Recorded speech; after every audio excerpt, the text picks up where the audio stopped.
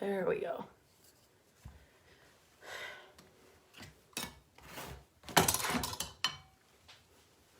Okay, friends, I'm just going to hop on here really quick.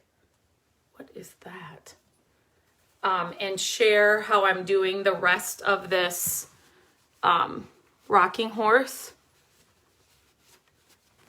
So I opened up my, where'd it go? Some antiquing wax.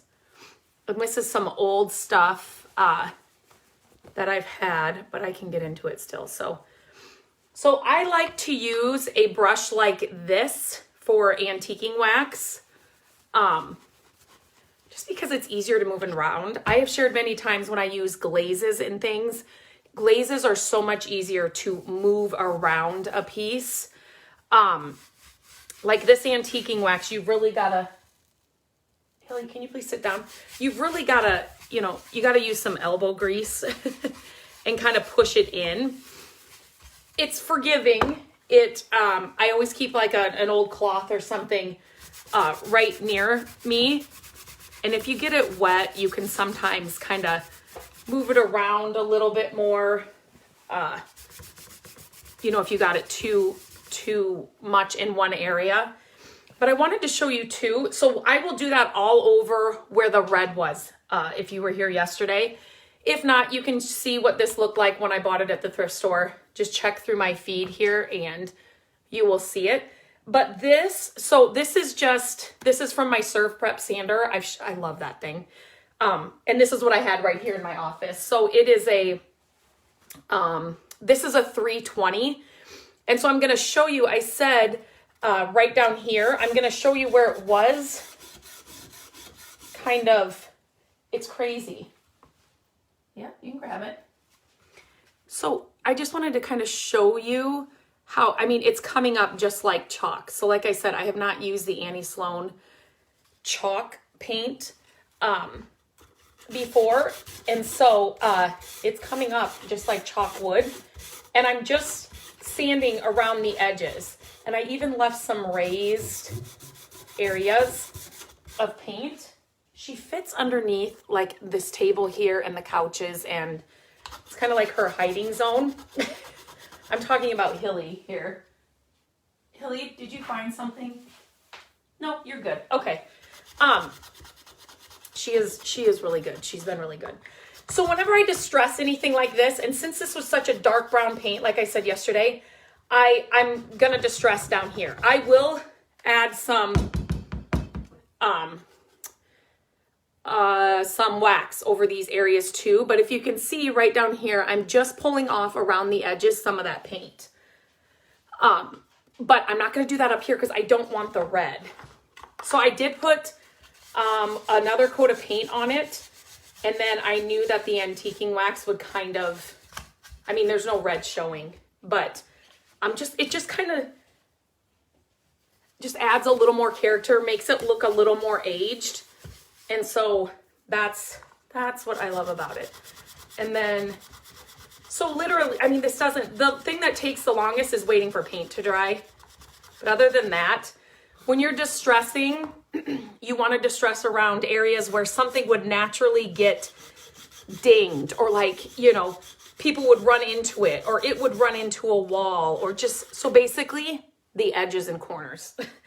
If you're working on a piece of furniture or something like this, the edges and corners, anything that would be raised or like, you know, not a flat surface, maybe there's some detail on whatever you're sanding, those areas would get distressed naturally on their own. So anything like this where there's not a ton of detail, I just go around the edges. And this is definitely, okay. So I'm going to show you. So I just wanted to do this here. So this is why I will not distress.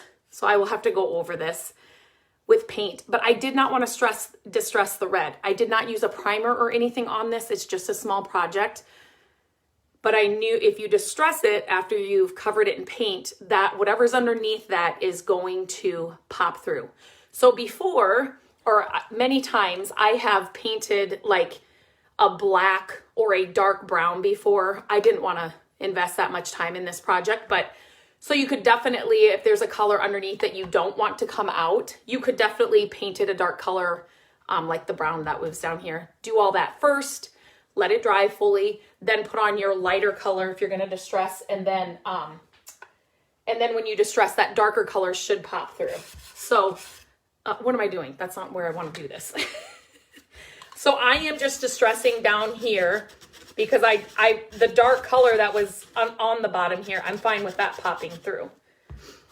You can use a handheld sander, something like this. You don't really need to get anything like your electric sander or anything out. When you fold, like if this is just a regular sandpaper too, look at like the chalk on my hands.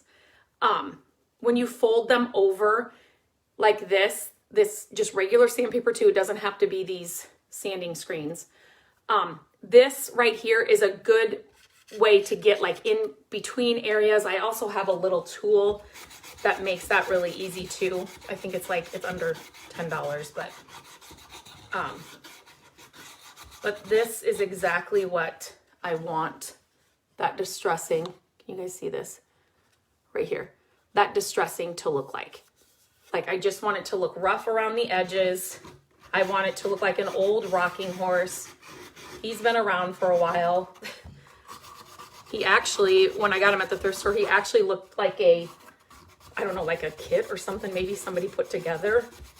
So he's nothing fancy, but this is the way that you can, like, I just love old, like antiques and stuff. It's the way that you can get the same look for a lot less. You do not need Andy Sloan paint. There are definitely paints that I would recommend over others, but when I first started, I was using house paint. Why am I doing that? I don't want the red to come through. The red went all the way down. This is the only part that was brown. I'm just making more work for myself. So I'm just gonna distress the rest of this. Just around the edges. And then you can even, you know, I'm gonna do it like down around the front. And by front, I mean, so you could see it down on the edge here. I do like to see where the paint's gonna kind of come off on its own.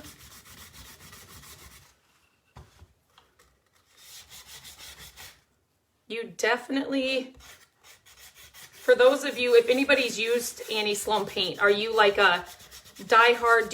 Is that like the only paint you use?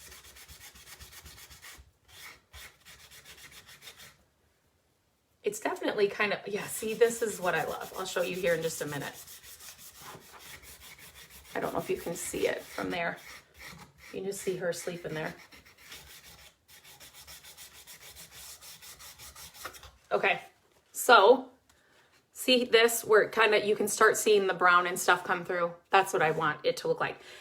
And so the antiquing wax will give you kind of that same look and that same character without having to sand it.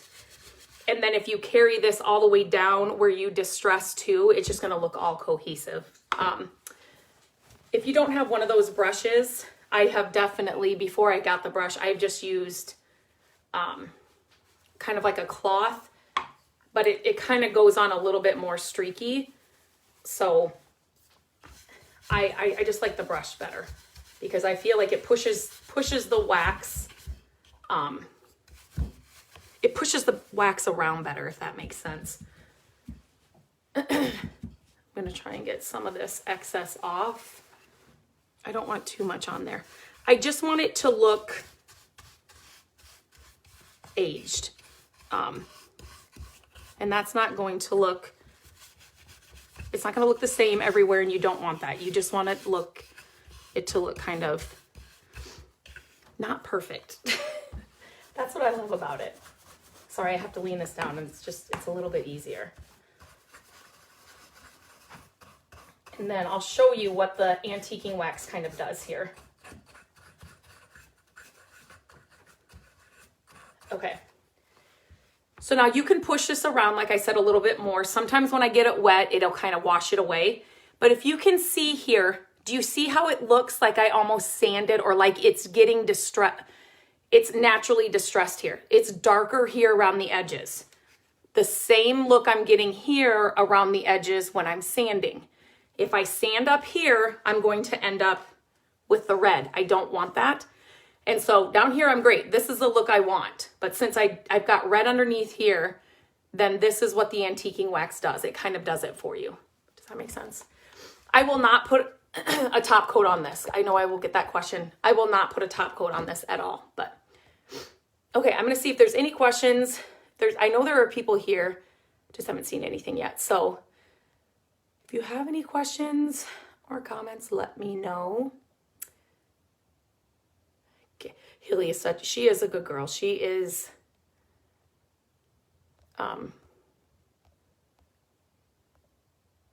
we're learning all the things. Okay. I don't see any questions or anything. If you're watching it on replay or, later on you think of a question, come back and put it in the comments. But I'm going to get off now and finish this. I just wanted to share the end. So this will be it. This will be it when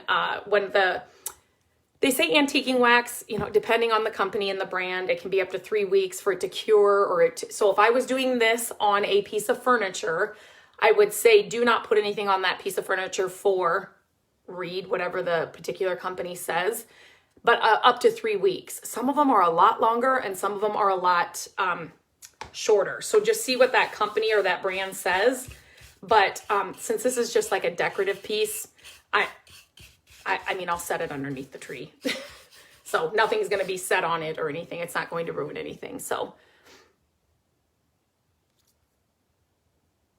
Gay, so like what I said yesterday is, so I will have to repaint this little part right here, but I just wanted to show you that when you distress, you're gonna pull out whatever color is underneath it. So if it's if I get a real dark wood furniture piece and then I want to put a light color on it, it's like the perfect piece to distress because it's that dark color is gonna come through. So I will have to paint over this and then just redo the steps here on that area. Thank you for your question, Gay. I appreciate that. Is that the only one? Thanks for sharing. You're welcome.